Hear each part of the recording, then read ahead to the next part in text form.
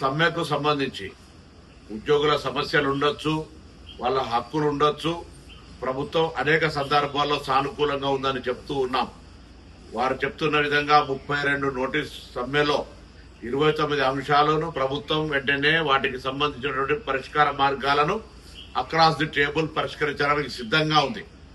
3 అంశాలకు సంబంధించినటువంటి అంశాలు కూడా కొంత సాంకేతికంగా కొంత జటిలమైనటువంటి అంశాలుగా 4 సీనియర్ అధికారులతోటి కమిటీ వేసి మేము వచ్చిన తర్వాత మొట్టమొదటిసారి కమిటీ వేస్తా ఉన్నాం. ఇప్పటి వరకు వాళ్ళు అంటా ఉన్నారు కమిటీల పేరు మీద కాలయాపన అనేటువంటి గత ప్రభుత్వం అంశం కావచ్చు.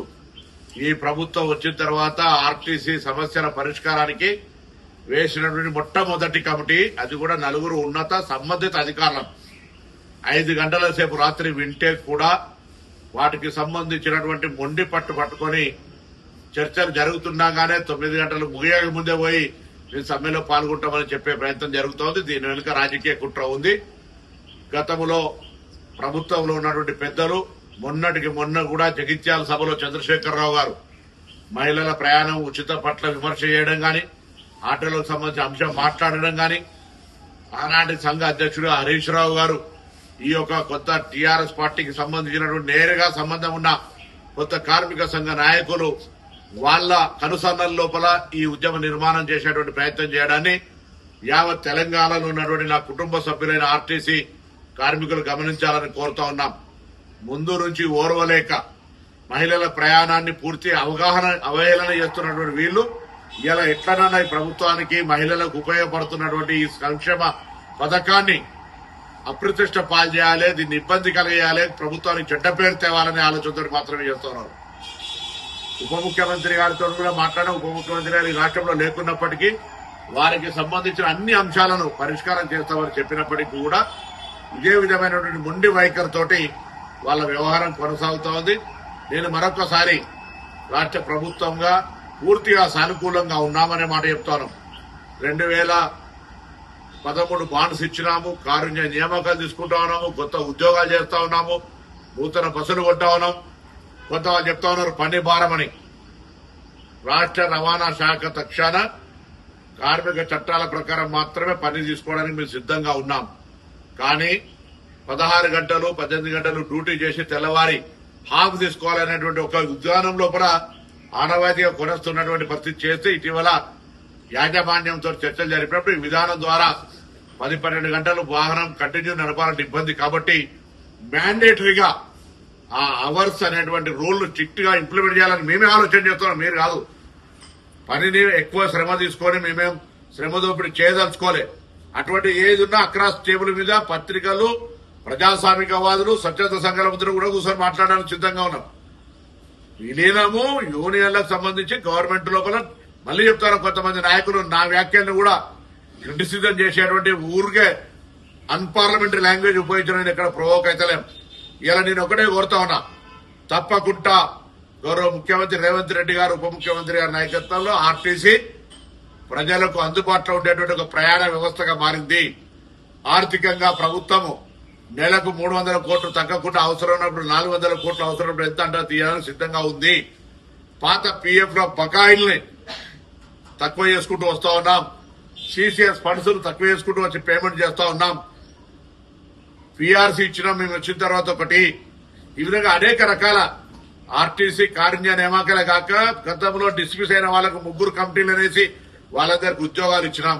కాబట్టి నేను మళ్లీ కూడా రాష్ట్ర ప్రభుత్వ పక్షాన్ని విజ్ఞప్తి చేస్తా ఉన్నా, దయచేసి పేద ప్రజలకు లైఫ్ లైన్ అయినటువంటి ఆర్టీసీని నిర్వీర్యం చేసుకోవద్దు.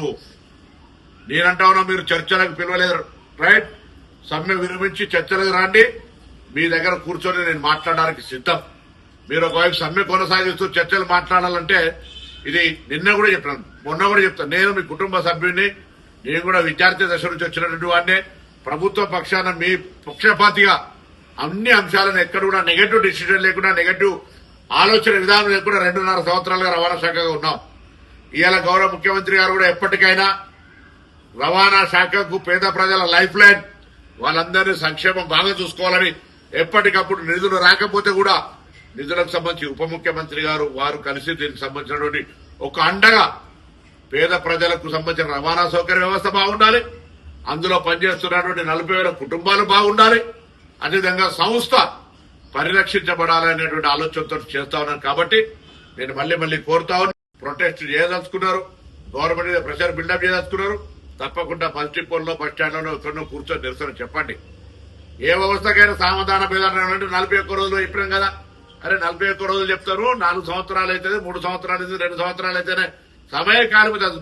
మొన్న మేము తెలంగాణ ప్రజాపాలన ప్రభుత్వం వేసిన మొట్టమొదటి కమిటీ, ఇప్పటివరకు మేము కమిటీ వేయలే, దాన్ని కూడా రాంగ్ పర్సెప్షన్ క్రియేట్ చేస్తా ఉన్నారు. మేము కమిటీల పేరుగా కాలయాపన చేస్తున్నాం, మేము కమిటీ వేయలేదు. మొట్టమొదటిసారి కమిటీ వేసినాం, 4 వారాల సమయం అడిగినాం.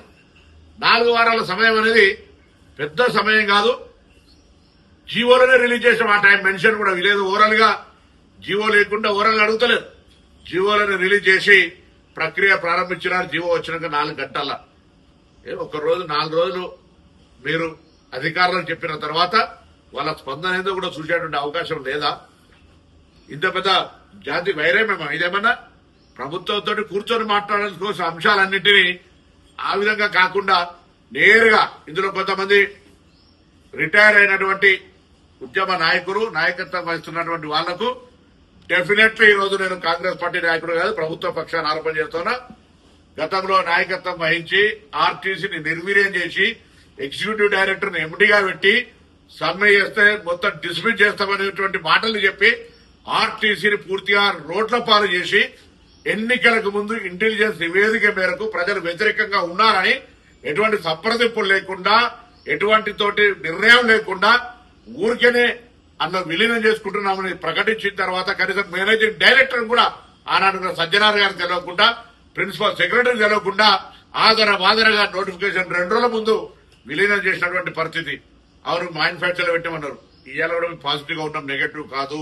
ఇంపాక్ట్స్ చూస్తున్నాం. బాల్ ఫైనాన్స్ మినిస్టర్ గారి దగ్గరికి వెళ్ళింది. ఒకవేళ మీరు నాతో మాట్లాడే ఇబ్బంది అయితే నేను ఇలా రమ్మంటాను, అందరినీ ఫైనాన్స్ మినిస్టర్ దగ్గర కూర్చోబెట్టి మీ అంశాలన్నీ నివేదిక ఇప్పడానికి నేను సిద్ధం. పరస్పరమైనటువంటి స్పందన ఉండాలి. నేను రమ్మని ఇంత ఓపెన్ గా ఇన్విటేషన్ చేస్తా ఉన్నా, కూర్చొని ఆర్థిక శాఖ మంత్రి దగ్గర కూర్చోండి. ప్రజలు కూడా అర్థం చేసుకోండి, ఏది ఇలా మహిళలు ఉచితంగా ప్రయాణం చేస్తుంటే ఆ పార్టీకి నచ్చనంత మాత్రాన హరీష్ రావు గారు దానికి సంబంధించిన చంద్రశేఖర్ గారి మాటలు ప్రత్యక్షంగా మీరు అంతా చూసినారు. ఈ వ్యవస్థని అన్యాయమైనట్టుగా మాట్లాడే పరిస్థితి జరుగుతోంది. ఆర్టీసీ మీద కుట్ర జరుపుతా ఉన్నారు. ప్రతి జాగాలో కూడా మీరు చూస్తా ఉన్నారు. ఆర్టీసీ ఒకటే ప్రజలకు సంబంధించిన స్కీమ్ మీద చాలా బాగా కాంగ్రెస్ పార్టీకి పేరు వస్తుందని దీన్ని కూడా ఒక రాజకీయ వ్యూహంగా దీన్ని దెబ్బకొట్టే ప్రయత్నం చేస్తారు. ఇది ప్రజలు అర్థం చేసుకోవాలి, కార్మిక సంఘాలకు సంబంధించిన వాళ్ళు అర్థం చేసుకోవాలి. మేము మళ్లీ చెప్తా ఉన్నాం, ఎవరి మీద వ్యక్తిగతంగా ఎవరి మీద సంస్థ పరంగా ఎక్కడ కూడా అంశాల పట్ల వేరే ఇతరత్ర ఆలోచన లేదు. పేద ప్రజల ప్రయాణానికి సంబంధించిన అంశం కాబట్టి తప్పకుండా మరి సంఘాలకు నాయకత్వం వహిస్తున్న వాళ్ళను దృష్టిలో పెట్టుకుని సంస్థ పరిరక్షణ దృష్టిలో పెట్టుకుని ప్రభుత్వం మీకు సానుకూలంగా ఉంది అనేటువంటి అంశాన్ని మనసులో ఉంచుకొని సమస్య పరిష్కారానికి చొరవ తీసుకొని ముందుకు రావాలని కోరుతా ఉన్నాం. ఓపెన్ గా చెప్పడం కదా సార్, వాళ్ళ ప్రాపర్ గా సంఘాలకి ఏమైనా చెప్తున్నారా చర్చలకు రమ్మని? మీరు అవును, నిన్న మా 4 అధికారుల కమిటీ వేసినాము. 4 అధికారుల కమిటీ వేసి వాళ్ళు విని వాళ్ళు మాకు ప్రభుత్వంకు ఈ సమస్యలను చెప్పే లోపలే మీరు సమ్మెకోతే ఏం చేయాలి? అట్లా కాదు కదా. కమిటీకి నేనంటాను, ఇంతకుముందు మీరు కమిటీల కాలయాపనాన్ని ఒక రాంగ్ ప్రాపగండ చేస్తారు. ఇంతకు మా ప్రభుత్వం ఎప్పుడైనా కమిటీ చేసిందా? మీరు ట్రాన్స్పోర్ట్ బిల్ చూస్తారు, ఎప్పుడు చేసినామా? ఫస్ట్ టైం కదా. 4 అవర్స్ లో మీరు 41 రోజులు చేంజ్ చేసినా. 41 రోజులు చేంజ్ చేసినామంటే మీరు సమ్మెకు సంబంధించినటువంటి ఆలోచన విధానము దానికి సంబంధించినటువంటి కార్యక్రమం జరుగుతోంది కదా. వాళ్ళ పట్ల సానుకూలంగా మనం చెప్తున్నాం కదా. అసలు అధికారులు ఊహించలే వీళ్ళు సమ్మెకు పోతారని. బయటికి వెళ్లి ఫోన్లు మాట్లాడుకున్న తర్వాత సమ్మెకు వేరు. మీరు కాదంటే ఆ అధికార బృందం 4గురితో మీరు అడగచ్చు. మాట్లాడి 4 గంటల పేషెంట్స్ హియరింగ్ చేసిన తర్వాత వాళ్ళు పూర్తిగా ఒక అన్ని అవగాహన కలిగించుకొని తప్పకుండా మేము గౌరవ ఉప ముఖ్యమంత్రి గారు రాష్ట్రంలో లేరు, మాట్లాడిన తర్వాత మీకు చెప్తామని చెప్పినారు. ఇక్కడ ఉండి 4 రోజుల నుంచి వారు చెన్నైలో ఉన్నారు. మాట్లాడతామని చెప్పిన తర్వాత కూడా బయటికి వెళ్లి మళ్లీ వచ్చి ఏం మాట చెప్పకుండానే మేము మాట్లాడుకుంటామని చెప్పి వెళ్ళిపోయి వాళ్ళు సమ్మెకు సంబంధించిన 9 గంటల 5 నిమిషాలకు వాళ్ళు ప్రెస్ కు లీక్ చేయడం జరిగింది. కాబట్టి నేనేమంటామన్నా, వాళ్ళకి సంబంధించి గుర్తింపు సంఘాలకు సంబంధించో లేదా కార్మిక సంఘాల మధ్యలో ఇంటర్నల్ ఆతృత ఉండొచ్చు. మేము మా సంఘానికి సంబంధించిన పేరు రావాలనే పేరు మీద ఆర్టీసీ సమ్మె ప్రయోగం పేరు మీద జరగవద్దు దయచేసి కోరుతున్నా. మరొక్కసారి ఏదైతే పని భారం అంటా ఉన్నారో, ఏదైతే ఆర్టీసీ కార్మికులకు సంబంధించినటువంటి కొంత వేధింపు కింద అధికార యంత్రాంగం ద్వారా జరుగుతుందంటున్నారో అటువంటి అన్నింటినీ అవసరమైతే డిపో వారీగా సమీక్ష చేసి అక్కడ స్థానిక శాసనసభ్యుడిని, జిల్లా కలెక్టర్, ఎస్పీని కూర్చోబెట్టి అటువంటి పని ఒత్తిడి ఉంటే దాన్ని పరిష్కారం చేయడానికి మేము సిద్ధము. మళ్ళీ చెప్తా ఉన్నాం, ఉద్యోగులను ఏదో వేధించాలనే ఆలోచన మాకు లేనే లేదు. వాళ్ళ సంక్షేమం కొరకు ముందు నుంచి నేను మంత్రి అయినప్పుడు చెప్తున్నా, మేము కూడా కింది స్థాయి నుంచి వచ్చినాం. కార్మికులకు సంబంధించిన ఆర్టీసీ సంస్థ యొక్క పని విధానాలు, అందులో పనిచేసేటువంటి కుటుంబాలు అనేకమైనటువంటి నాకు సన్నిహితంగా ఉన్నటువంటి నా నియోజకవర్గం కావచ్చు, రాష్ట్రం కావచ్చు, 20-30 సంవత్సరాల ప్రజా జీవితం లోపల వాళ్ళతో అనేక సందర్భాలు ఇంటరాక్ట్ అయినాం. కాబట్టి ఎటువంటి 1% కూడా కక్ష సాధింపు కానీ వేధింపు ఆలోచన లేనటువంటి ప్రభుత్వంగా నేను తప్పకుండా ఈ ప్రభుత్వాన్ని అప్రిషియేట్ చేస్తా. నా ముఖ్యమంత్రి గారు కానీ ఉప ముఖ్యమంత్రి గారు కానీ లేదు. ఇందులో స్పష్టంగా మాకు కనిపించేది ఒకటే, మొన్న జగిత్యాల్లో గౌరవ మాజీ ముఖ్యమంత్రి గారు మాట్లాడినటువంటి ఆలోచన మేరకు ఆ పార్టీ నాయకత్వం, హరీష్ రావు గారు మాజీ అధ్యక్షుడిగా ఇటువంటి ఒక వ్యవహారాన్ని కుట్ర ద్వారా ఆర్టీసీ వైఫల్యాన్ని చేపట్టే ప్రయత్నం జరుగుతుంది అనేటువంటి మాట ఇలా వాళ్ళ నాయకత్వానికి అనుబంధంగా ఉన్న వ్యక్తుల మాట ఒకటే కనిపిస్తుంది. ఇది దురదృష్టకరం. నేను మరొక్కసారి కార్మికులందరికీ, ఒకవేళ సంఘ నాయకులు ప్రభుత్వం నిరసన చెప్తే చెప్పండి, కానీ అందులో పనిచేస్తున్న ఉద్యోగస్తులు, అక్కా చెల్లెళ్ళు, అన్నదమ్ములు అందరూ కూడా మీరు బాధ్యతగా పేద ప్రజలకు లైఫ్ లైన్ అయినటువంటి గ్రామీణ ప్రాంతాల నుంచి వైద్యం కొరకు, విద్య కొరకు, ఉపాధి కొరకు 65 లక్షల మంది బస్సును వాడుతా ఉన్నారు. వాళ్ళ అంశంలో మానవతా హృదయంతో వ్యవహరించాలి. నేను ప్రభుత్వంగా మరొకసారి చెప్తున్నా, మీ అంశాలన్నీ 32లో మీరు పని భారము ఇతరత్ర అన్ని అంశాలకు సంబంధించి 29 అంశాలను అక్రాస్ టేబుల్ గా వెంటనే నిర్ణయం చేయడానికి సిద్ధం. తప్పుడు ప్రచారం వద్దు. ఆ 3 అంశాలకు సంబంధించి సాంకేతికమైన అంశాలను 4 అధికారుల కమిటీ అది కూడా పరిష్కారం 4 వారాల లోపల చూపెడుతుంది అనే మాటని సందర్భంగా మనం చెప్తాం.